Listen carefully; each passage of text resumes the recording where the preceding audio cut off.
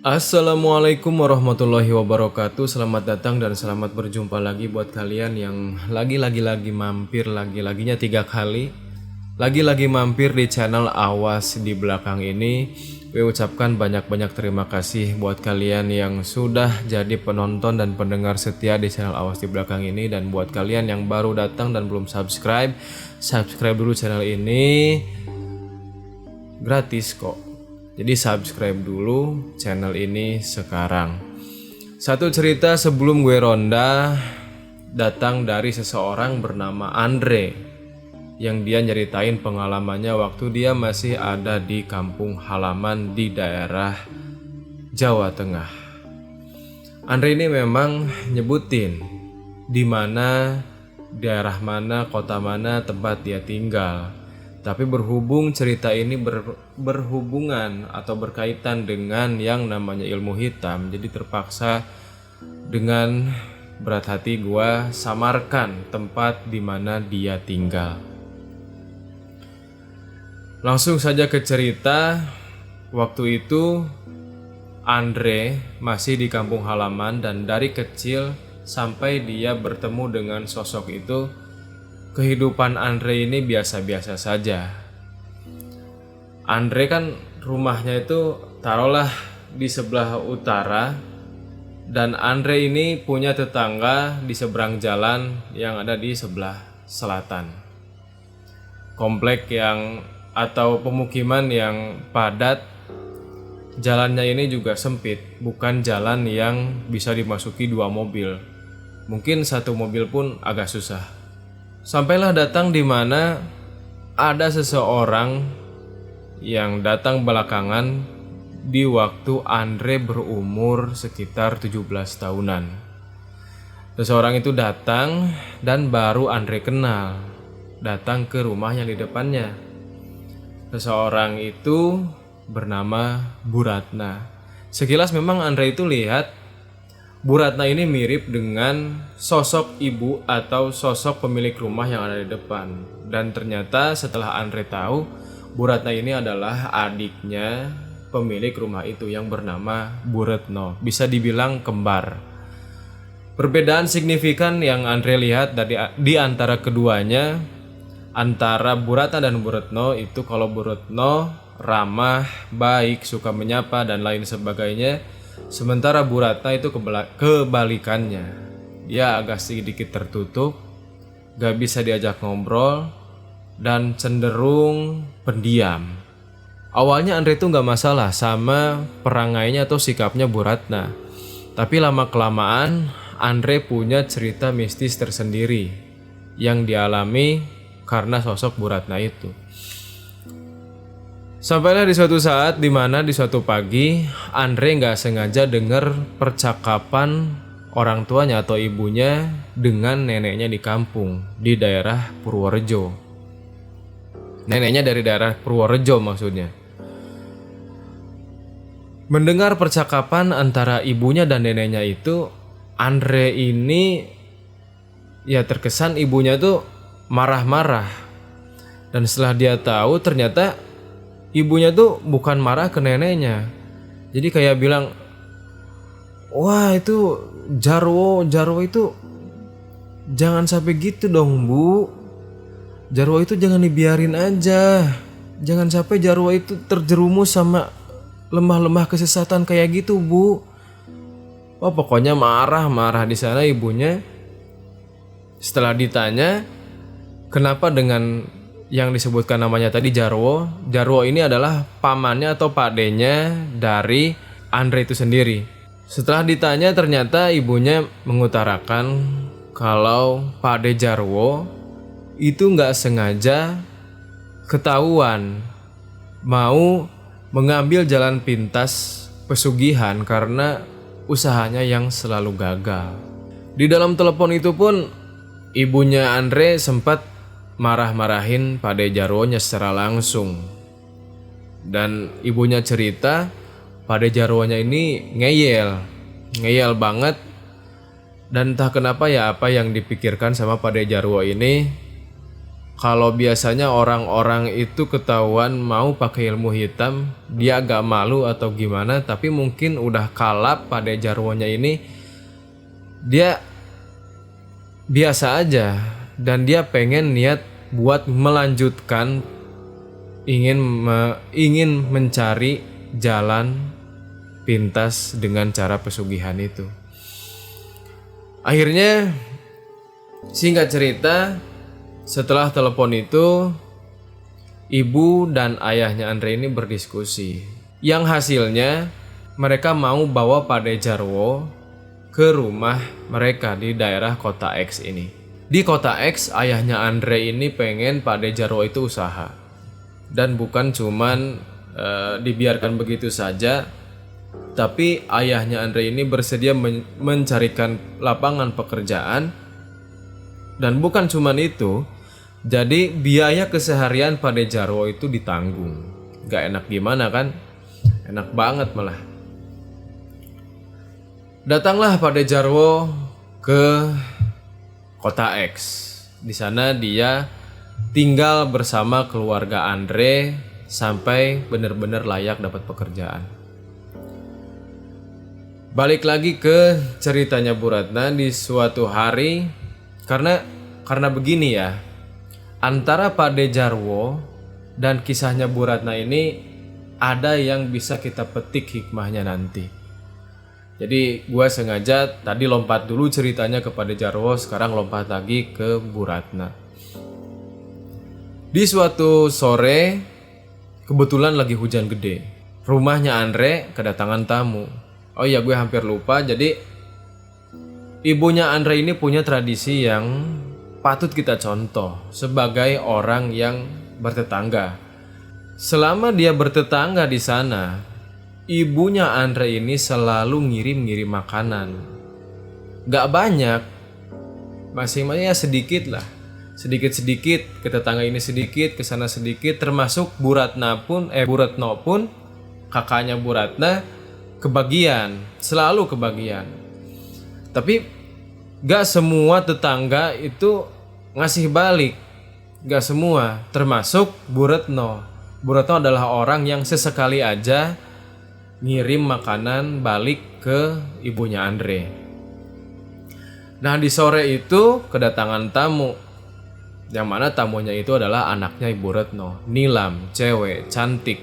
Pokoknya kalau orang lihat Nilam ini, dia pasti terpukau lah. Gedor-gedor pintunya, pintu rumahnya Andre. Halo, assalamualaikum, assalamualaikum.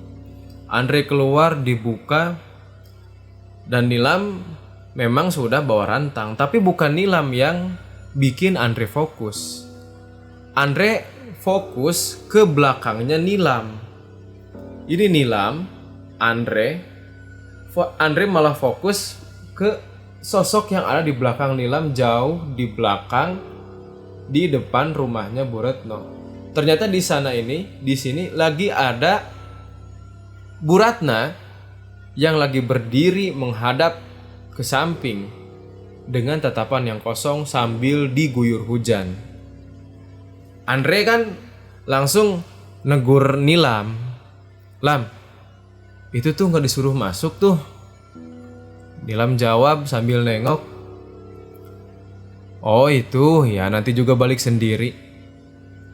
Ya singkat cerita, rantangnya itu dikasihin ke Andre nerima. Andre ini sengaja nggak nutup dulu pintu, dan dia pengen merhatiin dulu Nilam masuk ke rumahnya. Waktu Nilam berjalan ngelewatin Bu Ratna, ekspresi Nilam atau reaksi Nilam ini kayak biasa aja. Gak ada teguran sama sekali yang Nilam lakukan ke Bu Ratna, padahal Bu Ratna udah basah kuyup. Setelah Nilam masuk ke rumahnya, barulah gak lama Bu Ratna juga masuk ke rumahnya. Ya lihat pemandangan itu, Andre gak naruh curiga sama sekali. Dia nutup lagi pintunya, dan di belakangnya ternyata udah ada Pade Jarwo. Pade Jarwo nanya itu rantang apaan, rantang makanan. Setelah dilihat ya ternyata dia suka dan mereka makan bersama.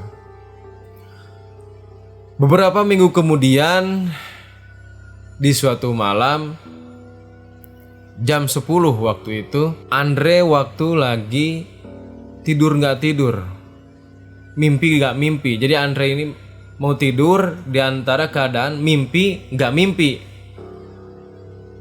Andre dengar suara ada orang yang bersenandung nggak jelas. Suaranya itu berat, cenderung parau. Kalau diilustrasikan mungkin senandung gak jelasnya ini, karena gak jelas ya, gue berusaha jelaskan, kayak indung, indung, kepala lindung. Ya kayak film-film horor begitu. Andre lihat keluar ada sosok yang mondar-mandir, pakai daster biru, rambutnya terurai. Sambil bersenandung kayak tadi, indung, indung, kepala lindung, sampai liriknya habis. Selidik-selidik, dilihat kok kayak kenal. Diselidiki lagi, dilihat lagi, fokus lagi. Andre tersadar kalau itu ternyata Bu Ratna. Andre kan mau tegur karena itu posisinya kan jam 10, udah malam. Dia mau tidur juga keganggu. Akhirnya Andre keluar, dan waktu dia baru membuka pintu, sengaja merhatiin Bu Ratna. Ternyata Bu Ratna itu lagi merhatiin dia balik dengan tatapan yang tajam. Nyamperinlah Andre ke Bu Ratna. Bu, udah dong Bu, jangan malah kayak nakut-nakutin gitulah. Istirahat Bu, ini udah malam Bu. Bu Ratna ini nggak ngerespon Andre. Dia cuma natap Andre masih dalam keadaan tajam, dan sambil ada senyuman yang menyeringai. Andre tambah merinding di situ. Gak lama Bu Ratna ini balik lagi ke rumahnya Bu Retno.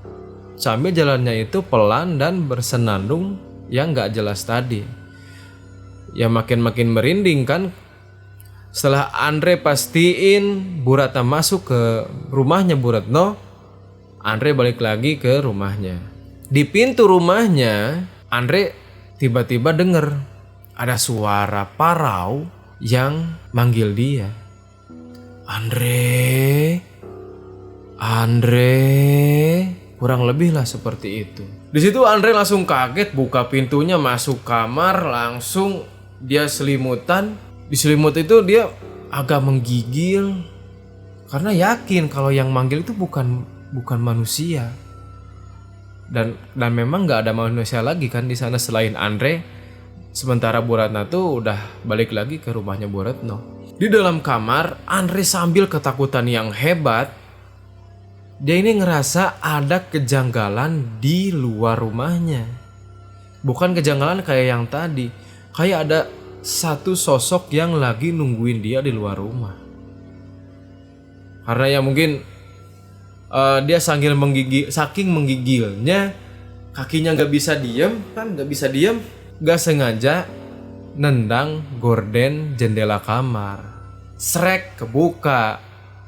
Waktu kebuka itu dia lihat dengan mata kepalanya sendiri. Dengan jelas dia lihat ada satu sosok yang lagi berdiri di depan pintu rumahnya. Sosok itu berdiri lagi natap rumahnya, lagi natap pintu rumahnya, diem mematung. Sosok yang sama yang Andre tegur tadi, sosok Bu Ratna. Tapi entah kenapa Andre ngerasa kalau itu tuh bukan Bu Ratna, bukan benar-benar Bu Ratna. Sehingga dia berniat buat bangunin ibunya. Dia bilang, dia nggak bilang ada hantu atau ada setan di luar rumah. Tapi dia pengen bilang ke ibunya kalau di luar rumah itu ada Bu Ratna katanya.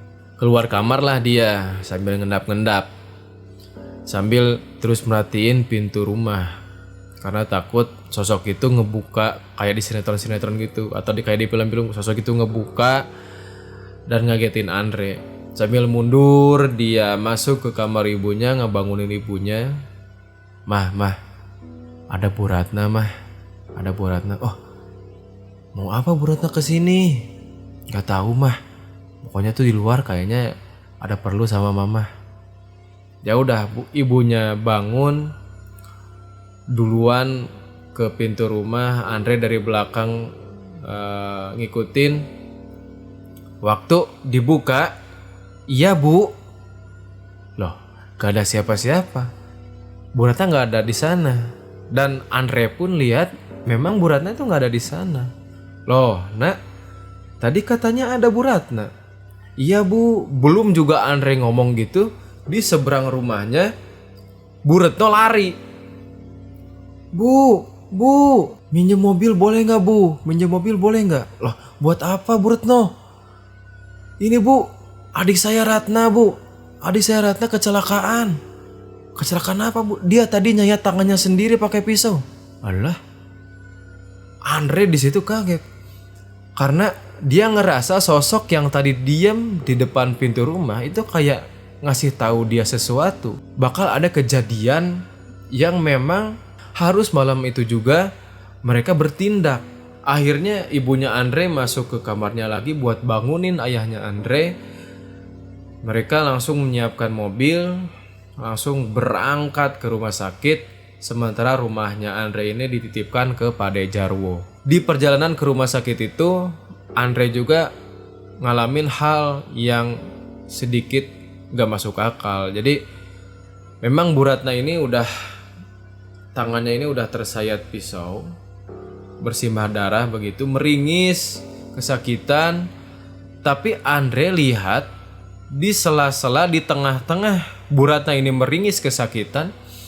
Gak tahu kenapa Andre itu lihat Bu Ratna suka natap Andre pakai tatapan tajam. Tatapan yang sama ketika Andre lihat sosok Bu Ratna ini mondar-mandir di depan rumahnya Andre beberapa saat sebelumnya. Andre kan risih di situ kan. Bu, mah, tolong dong itu bilangin ke Bu Ratna jangan natap saya begitulah. Saya risih, sambil bisik-bisik gitu ke ibunya Andre tuh. Lantas ibunya Andre juga lihat ke Bu Ratna dan bilang, "Nak, Mas, dari tadi Bu Ratna itu meringis, gak natap kamu sekalipun." Andre langsung diem. Apa iya gitu kan? Ya udah, dia langsung fokus aja ke jalan lah, bodo amat mau Bu Ratna natap dia atau enggak, yang penting dia nganter Bu Ratna dan mastiin kalau Bu Ratna itu nggak apa-apa. Setelah itu di rumah sakit langsung dibawa ke UGD, ditindak, dikasih perban dan lain sebagainya. Setelah ditindak dokter dan bisa dibawa pulang, Bu Ratna dibawa pulang. Itu malam pertama di mana Andre menyaksikan hal yang sangat mistis tentang Bu Ratna. Beberapa hari setelahnya, Andre malam lagi nih. Andre tiba-tiba ada suara geruduk langkah di luar kamarnya. Yang ternyata setelah dilihat, itu ada ibunya, ada Pak Dejarwo, ada sama ayahnya yang lagi saling dorong-dorongan lihat ke jendela. Mereka kayak, itu Bu Ratna bukan? Bukan. Itu Bu Ratna bukan, kayak memperdebatkan antara itu Ibu Ratna atau bukan yang mereka lihat. Andre yang penasaran langsung nimbrung, dilihat. Lah, di atas rumahnya Bu Retno itu ada satu sosok, satu orang yang lagi duduk telentang agak begini nih. Kayak Bu Ratna. Memang Andre juga bingung itu Bu Ratna atau bukan. Tapi dari posturnya itu terlihat kalau itu memang Bu Ratna. Akhirnya semua keluar berempat, keempat-empatnya lihat benar-benar kalau ternyata itu memang Bu Ratna. Dan diam di atas genteng atap rumah itu. Bu Ratna diam sambil natap mereka berempat. Akhirnya ibunya Andre langsung punya inisiatif ketok-ketok, gedor-gedor pintu rumahnya Bu Retno. Bu Retno, itu Ratna bu. Bu Retno, itu Ratna bu. Terdengarlah ada yang buka pintu. Ceklek, cet, pelan. Dilihat yang buka pintu itu ternyata bukan Bu Retno, tapi Bu Ratna.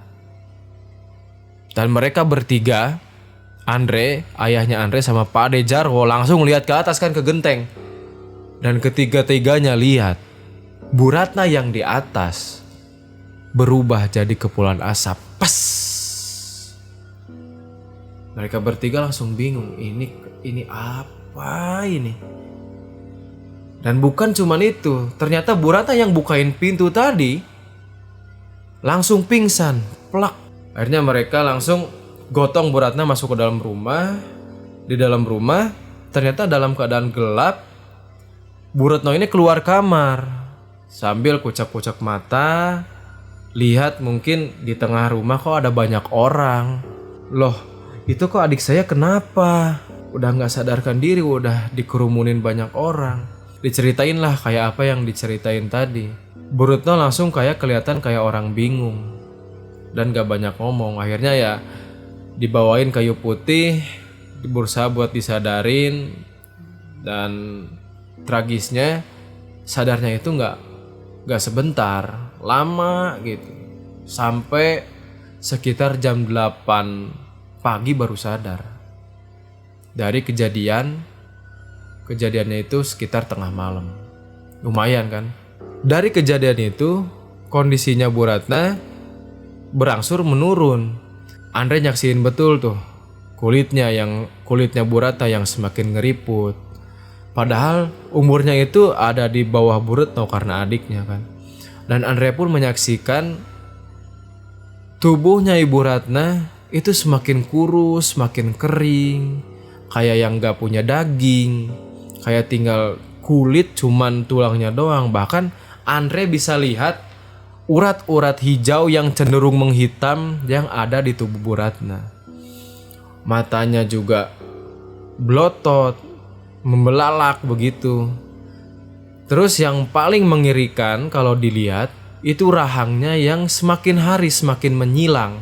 Jadi yang atasnya ini ke kanan, yang bawahnya ke kiri. Dan Bu Ratna ini juga udah gak bisa apa-apa. Dia cuman bisa di atas kasur semuanya. Makan di atas kasur, minum di atas kasur, buang air kecil di atas kasur, mandi pun ganti baju di atas kasur.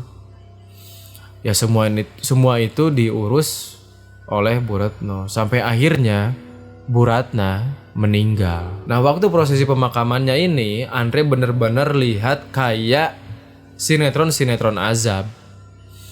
Jadi katanya waktu prosesi pemakamannya itu lahan atau tanah pertama yang digali itu keras, gak bisa digali. Bahkan banyak cangkul-cangkul para penggali kubur yang patah. Nyari lahan lagi dapat, gak bisa digali. Dari lahan lagi yang agak lembek mungkin ya, bisa digali.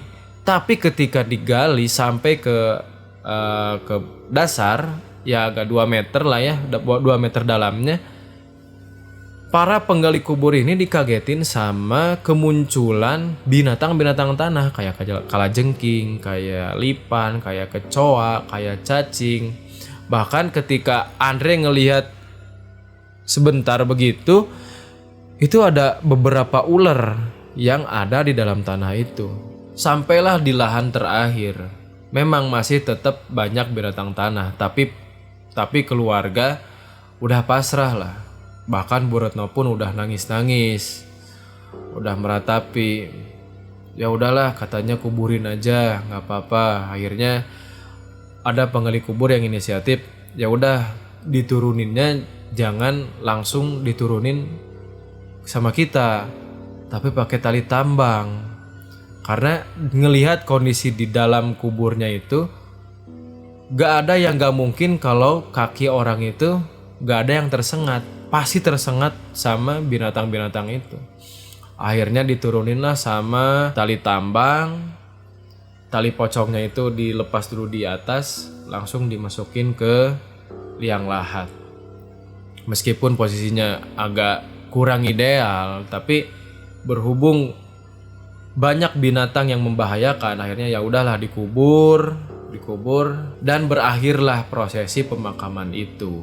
Di malam harinya kan biasa kalau di sana itu tahlilan Andre, Pade Jarwo, dan ke semua keluarganya itu ikut tahlilan. Dari malam pertama Andre denger jelas nih dari salah satu kamar yang biasa dipakai sama kamarnya Bu Ratna.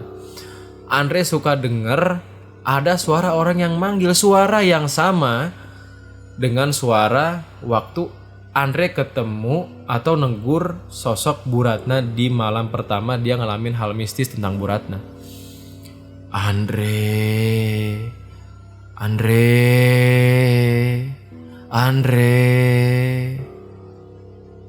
Ya tadinya Andre takut kalau itu cuma halusinasi, tapi ketika dikonfirmasi lagi ke Pade Jarwo, Pade karena kebetulan kan Pade Jarwo ini ada di sampingnya Andre. Pade, ada suara Pade.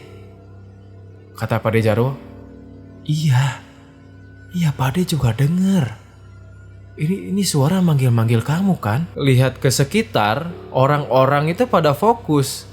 Ya Andre ini berasumsi lah kalau orang-orang di sekitar itu pada nggak dengar suara itu. Akhirnya sampailah di hari ketiga, kan biasa kan kalau tahlilan itu 7 hari, hari ke-1, ke-2, ke-3 Andre mulai terbiasa. Sampai hari ke-7 dia cuekin lah. Gak sampai di situ, gangguan sosok Bu Ratna ini berlanjut sampai malam-malam setelah malam tahlil itu. Kadang Andre dengar suara senandung Bu Ratna itu yang indung dan lain sebagainya. Ngelihat semua rentetan kejadian yang dialamin Bu Ratna, Andre ini sebenarnya pengen nanya sih ke Bu Retno. Kenapa sih Bu Ratna tuh gitu kan? Tapi karena gak enak, takut Bu Retno itu kesinggung, akhirnya Andre simpan sendiri. Sampai pada akhirnya Bu Retno yang cerita sendiri. Katanya ini bukan menggunjing atau apa, tapi ini lebih ke buat dijadiin pelajaran. Jadi katanya Bu Ratna bisa seperti itu sampai akhir hidupnya. Jadi alasannya karena Bu Ratna ini menganut ilmu hitam. Katanya Bu Ratna ini sempat menganut aliran hitam itu yang dikasih kesaktian, yang dikasih pengasihan, ajian apa, ajian itu, ajian ini. Sampai pada akhirnya Bu Ratna gak bisa kesampaian dan akhirnya kejiwaannya lah yang kena. Bu Ratna yang awalnya hampir mirip sama Bu Retno, periang, ramah, ya senang bergaul, jadi tertutup, cenderung gak bisa diajak ngobrol, dan kayak apa yang tadi gua ceritain itu. Dan Bu Ratna pun bersaksi sebenarnya Bu Ratna tuh baik orangnya, bahkan dari kecil pun dia tuh sering sholat, suka sholat. Tapi setelah masuk ke aliran hitam itu, gak tahu kenapa Bu Ratna ini jadi anti sholat. Malah diperingatkan sholat pun dia tuh membangkang. Sampai akhirnya jadilah Bu Ratna yang seperti itu. Katanya begitu. Nah, berhubung dengan kedatangan Pade Jarwo ke rumahnya Andre, ternyata ada hikmahnya. Di situ Pade Jarwo kayak diperlihatkan akibat kalau seseorang menganut ilmu hitam. Akhirnya dia memutuskan untuk sadar dan tobat. Alhamdulillah. Dan ajaibnya setelah tobat itu, beberapa hari kemudian, yang awalnya gak ada panggilan sama sekali dari perusahaan-perusahaan yang diusahakan sama ayahnya Andre, akhirnya ada satu perusahaan yang nerima Pade Jarwo sebagai karyawannya. Sampai akhirnya Pade Jarwo merantaulah ke Jakarta. Dan di Jakarta tahun ke tahun Pade Jarwo jadi manajer. Dan hal itulah yang ya terbesitlah di keinginannya Andre buat merantau ke Jakarta. Karena selain menimba ilmu dari Pade Jarwo, dia juga ngerasa satu frekuensi karena mungkin kepekaan yang sama Pade Jarwo. Nah, sampailah akhirnya Andre ini punya keluarga di Jakarta. sampai punya anak dan istri. Dan masalah Bu Ratna belum selesai sampai di sini. Karena ternyata setelah sampai merantau di Jakarta pun, Andre ini suka dapat gangguan dari sosok yang nyerupain Bu Ratna itu. Bahkan sosoknya ini pernah gangguin anak sama istrinya. Nah, ceritanya ini belum dikirim nih sama Andre. Karena katanya ya di lain kesempatan lah dia cerita lagi. Dan bukan Andre juga yang ngalamin, tapi juga Pak Dejarwo juga ngalamin katanya. Begitulah cerita di episode kali ini, mungkin bisa diambil pelajarannya seperti apa.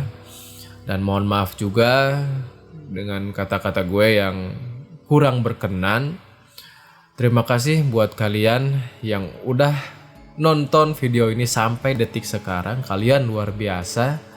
Terima kasih, sampai di episode selanjutnya. Assalamualaikum warahmatullahi wabarakatuh. Gue Ronda dulu.